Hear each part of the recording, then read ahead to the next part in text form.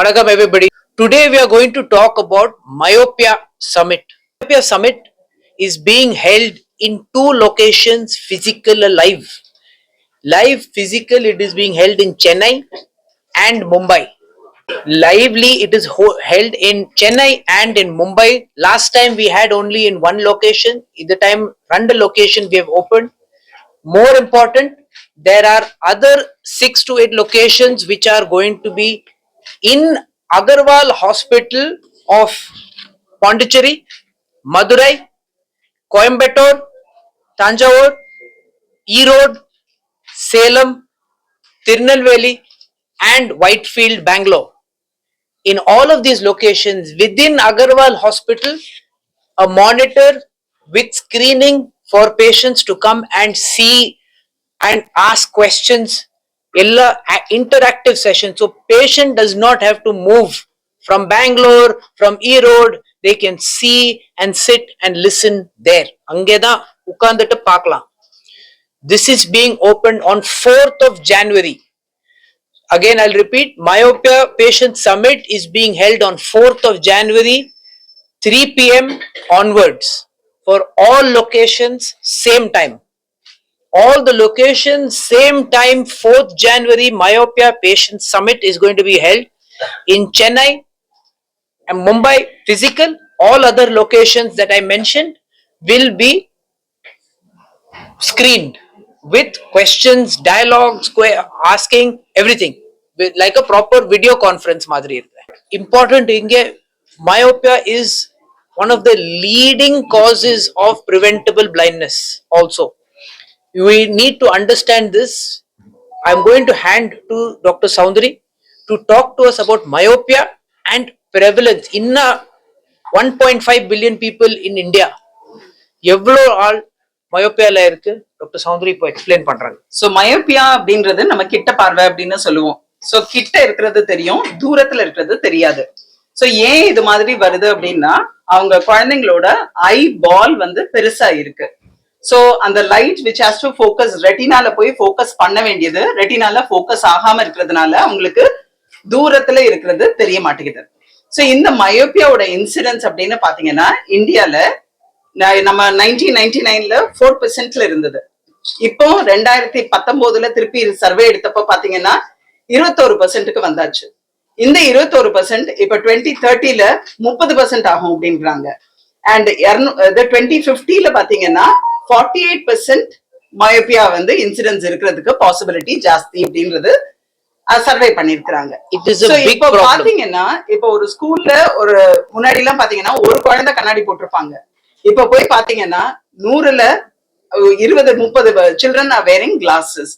இந்த மயோப்பியாவோட incidence increase ஆக ஆக ஏன் இன்க்ரீஸ் ஆகுது அப்படின்னு பாத்தீங்கன்னா நிறைய குழந்தைங்க சின்ன பிறந்ததுல இருந்தே மொபைல் போனோட தான் இருக்கிறாங்க.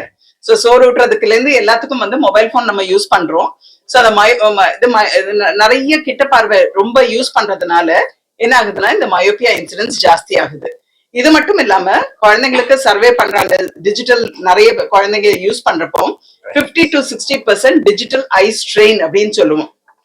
சோ ஐ ஸ்ட்ரெயின்னா என்ன ஆகும்னா குழந்தைங்களுக்கு தலைவலிக்கிறது, கண்ணு எரிச்சலா இருக்கிறது, ட்ரைனஸ் வர்றது, இது எல்லாமே டிஜிட்டல் ஐ ஸ்ட்ரெயின் அப்படின்னு சொல்றது.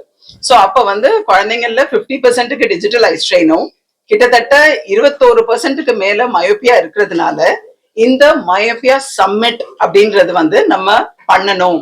அப்போ எல்லாருக்கும் ஒரு அவேர்னஸ் வரும். சோ சீக்கிரமா செக் பண்றதுல இருந்து மயோப்பியாவை வந்து ப்ரோக்ரஸ் ஆகாம பிரிவென்ட் பண்றதுக்கு என்னென்ன இது எல்லாத்தையும் பத்தி இந்த மயோப்பியா சம்மிட்ல பேச போறோம். Doctor Kaladevi will explain to us more on the myopia summit. வணக்கம் எல்லோருக்கும். நான் வந்து மயோப்பியாவோட கம்ப்ளைண்ட்ஸ் என்னென்ன, குழந்தைங்களுக்கு எப்படி கண்டுபிடிக்கலாம் அப்படின்றத நான் சொல்ல போறேன். பேசிக்கா ஒரு குழந்தை வீட்டுல ஒரு ஐய கான்ஸ்டன்டா ரப் பண்ணிக்கிட்டே இருக்கு, இல்ல எனக்கு தூரம் தெரியறது கொஞ்சம் பிளரியா தெரியற மாதிரி இருக்கு அப்படின்னாலோ, இல்ல தலைவலி அடிக்கடி சாயங்கால நேரத்துல தலைவலின்னு சொல்ற குழந்தைங்க, அப்புறம் இச்சிங் சென்சேஷன், அப்புறம் பிளிங்கிங், ஃப்ரீக்வெண்ட் பிளிங்கிங், அதாவது கண்ணை இமைய மூடி மூடி மூடி திறந்துட்டே இருப்பாங்க. அந்த மாதிரி இருக்கிற இந்த குழந்தைங்களை எல்லாத்துக்குமே நீங்க மயோப்பியா இருக்கு அப்படின்றத நீங்க சஸ்பெக்ட் பண்ணலாம். ரெண்டாவது, நம்ம அப்பா அம்மா மட்டும்தான் குழந்தைங்களோட நிறைய நேரம் டைம் ஸ்பெண்ட் பண்ணுவாங்க.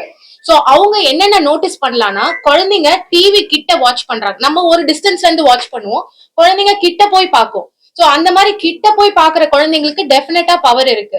அது மாதிரி ஸ்கூல்ல பின்னாடி ரோல உட்கார வச்சுட்டாங்களேன்னு கம்ப்ளைண்ட் வரும். மிஸ் வந்து என்ன பின்னாடி ரோல உட்கார வச்சுட்டாங்க. அப்ப பின்னாடி ரோல உட்கார்ந்தா போர்டு தெரியல, அதனால முன்னாடி ரோக்கு கொண்டு போறதுக்காக நம்ம கிட்ட பேரண்ட்ஸ் கிட்ட வந்து சொல்றாங்க. அந்த மாதிரி இருக்கிறப்ப அந்த குழந்தைக்கு கண்டிப்பா ஐ செக்அப் தேவைப்படுது. ரெண்டாவது, இந்த அகாடமிக் பெர்ஃபார்மன்ஸ், லைக் குழந்தைங்க நல்லா படிச்சுட்டு வரும், சடனா பாத்தீங்கன்னா அந்த படிப்பு வந்து ரொம்ப நார்மல் ஆகி ஃபெயில் ஆகுற நிலைமைக்கெல்லாம் போகும். அந்த மாதிரி சுச்சுவேஷன்லயும் பார்வை பவர் எப்படி இருக்குன்றத ஒன்ஸ் செக்அப் பண்றது ரொம்ப நல்லது. இதுக்கான அடிப்படை அவசியம் என்ன, இது ஏன் இந்த மாதிரி ஒண்ணு பண்றோம் அப்படின்னு தெரியறதுக்கு காரணம் அவங்க சொன்ன மாதிரி மைனஸ் பவர் அதிகரிச்சுட்டு போறதுதான். சோ அதிகரிச்சுட்டு போறது. இன்னொன்னு, குழந்தைங்கள்ல இருந்து பெரியவங்க வரைக்கும் அதுக்கான நீடும் அதுக்கேத்த மாதிரி இருக்கு. நம்ம இந்த யூசேஜ் எல்லாம் இல்லாத இனி இருக்க முடியாது. முன்னாடிலாம் இந்த மாதிரி எல்லாத்துக்கும் பாத்தீங்கன்னா கேமரா உள்ளவங்க இருப்போம். இப்ப நிறைய பேர் நம்ம போன்ஸ் தான் நிறைய கூட யூஸ் பண்றோம். அந்த மாதிரி நீட் ஷிஃப்ட் ஆகுறப்போ அதுக்கான நெசசிட்டிக்கு ஏத்த மாதிரி தான் அதுக்கான சயின்டிபிக் அட்வான்ஸ்மெண்ட்ஸும் வந்துட்டு இருக்கு. குழந்தைங்களுக்கு சீக்கிரத்துல ஏன் செக் பண்ணணும் அப்படின்னா, சீக்கிரமா செக் பண்ணி அதுக்கான ட்ரீட்மெண்ட் நிறைய இருக்கு. பேசிக் எல்லாமே கண்ணாடி போடுறதுதான். கண்ணாடியில மோஸ்ட் ஆஃப் த விஷன் நல்லா வர்றதுக்கான வாய்ப்பு இருக்கு. அதை ஏர்லியர் ஏஜ்ல நம்ம கண்டுபிடிக்காம விட்டோம்னா அதிகமாயிட்டே போச்சுன்னா பார்வை திறன் குறையறதுக்கான வாய்ப்புகள் அதிகம். அதனாலதான் எல்லாருக்குமே ஸ்கிரீனிங்ன்றது ரொம்ப இம்பார்ட்டன்ட். எப்படி கிளாஸ் போட்டா ஃபுல் விஷன் வருதோ, இன்னொரு ஆல்டர்னேட் பாத்தீங்கன்னா ஒரு ஏஜுக்கு அப்புறம் கான்டாக்ட் லென்ஸ்னு கூட சொல்லுவோம். இது ரெண்டுமே இல்லாம ஒரு நல்ல லைஃப் ஸ்டைல் வாழ்றதுக்கு ரிஃப்ராக்டிவ் சர்ஜரிஸ்னு இருக்கு. கண்ணாடியோட தான் ஃபுல் பவர் இருக்கும். கண்ணாடியோ கான்டாக்ட் லென்ஸோ உதவாம, அது இல்லாம அவங்களோட மேக்சிமம் விஷன் பொட்டன்ஷியல் கிடைக்கிறதுக்கு தான் லாசிக் சர்ஜரி. எல்லாருக்குமே தெரிஞ்சது லாசிக் சர்ஜரின்னு சொல்லுவோம். லாசிக் சர்ஜரியில பல விதங்கள் இருக்கு, நிறைய டெக்னிக்ஸ் இருக்கு. பேசிக் லேசர்ல இருந்து அட்வான்ஸ் லேசர் வரைக்கும் எல்லா ஆப்ஷன்ஸுமே இருக்கு. பட் தேவையானவங்களுக்கு, சின்ன வயசுல உள்ளவங்களுக்கும் லேசிக் சர்ஜரி பண்ண முடியும். 18 வயசு கட்டாயம் கம்ப்ளீட் ஆகணும் நார்மலா பண்றதுக்கு. 18 வயசுக்கு கீழே உள்ளவங்களுக்கு தேவைப்பட்டா பண்ணலாம். அவங்களுக்கு பார்வை திறனை இம்ப்ரூவ் பண்ணி கொடுக்க முடியும் அப்படின்ற பட்சத்துல மட்டும்தான் பண்ணுவோம். ரொட்டீனா 18 வயசுக்கு கீழே பண்றது கிடையாது. 18 வயசு கம்ப்ளீட் ஆனவங்களுக்கு ஒரு சில இது கிரைட்டீரியாஸ் இருக்கு. பவர் ஸ்டேபிளா இருக்கணும், அவங்களுக்கான கருவிழி அமைப்பு நார்மலா இருக்கணும். அதுக்கான எல்லா விதமான அட்வான்ஸ் ஸ்கேன்ஸுமே நம்ம கிட்ட இருக்கு. அவங்களுக்கு அது சூட்டபிளா இருந்தால் டெஃபினெட்லி அதுக்கான ஆப்ஷன்ஸும் நம்மளால சஜஸ்ட் பண்ண முடியும். உங்களுக்கு எந்த ஏஜ்ல நீங்க முதல்ல கண்ணாடி போட ஆரம்பிச்சீங்க? எந்த ஏஜ்ல கண்ணாடி போட்டீங்க? கண்ணாடி எத்தனை வருஷமா போட்டுட்டு இருந்தீங்க? இப்ப ஏதாவது ட்ரீட்மெண்ட் எடுத்திருக்கீங்களா என்னன்றது சொல்லுங்க. நான் 8 இயர்ஸ் 8th ஸ்டாண்டர்ட் முதல்ல யூஸ் பண்ணிட்டு இருக்கு. எனக்கு சுத்தமா கண்ணு தெரியாது. என்னன்னா, நான் இப்போ இங்க உட்கார்ந்துட்டு இருக்குன்னா எனக்கு உங்களோட ஃபேஸே கிளியரா இருக்காது. அந்த மாதிரி தான் இருந்தேன் எனக்கு. ஸோ என் ஊர்ல போய் நான் டாக்டர் செக் பண்ணப்போ எனக்கு கிளாஸஸ் தான் தந்தேன். ஸோ கிளாஸஸ் யூஸ் பண்ணும்போது எனக்கு சுத்தமா கிளியரா இருக்கும். எனக்கும் இஷ்யூஸ் இருந்தேன். என்னன்னா, வெளியே போக முடியாது, கிளேரிங் அந்த மாதிரி இஷ்யூஸ் இருக்கும். மாஸ்க் போடும்போது ஃபாகிங் மாதிரி இருக்கும். ஸோ அது நிறைய எனக்கு இஷ்யூஸ் இருந்தேன். ஸோ அம்மா கிட்ட எப்பவும் சொல்லிட்டு இருக்கும், இந்த மாதிரி தான் எனக்கு சுத்தமா கிளாஸ் யூஸ் பண்ண முடியலை அந்த மாதிரி சொல்லிட்டு இருந்தேன். ஸோ ஒரு 18 இயர்ஸ்க்கு அப்புறம் இந்த மாதிரி சர்ஜரி ஆப்ஷன் இருக்குன்னு இங்க வந்ததுக்கு அப்புறம் தான் ஞான் தெரியுது.